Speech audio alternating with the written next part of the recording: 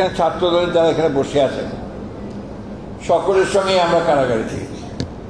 সামনে যারা আছে তাদের মধ্যে অনেকেই আমরা একসাথে কারাগারে থেকেছি। আমার মনে হয় শেষবার যেবার আমরা একসাথে ছিলাম সেবার বোধহয় সবাই একসাথেই, অনেক স্মৃতি, সেই স্মৃতিগুলো এখন বলতে গেলে অনেক সময় লাগবে।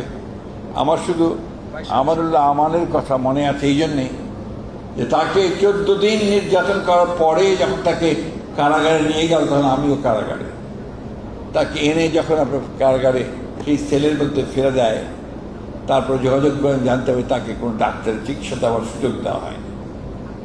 পায়ের নখ সব তুলে নিয়েছিল, হাঁটতে পারছিল না। এটা একটা ঘটনা বললাম, এরকম তোমাদের ছাত্রদলের অসংখ্য ছেলে আছে যারা এই নির্যাতন সহ্য করেছে,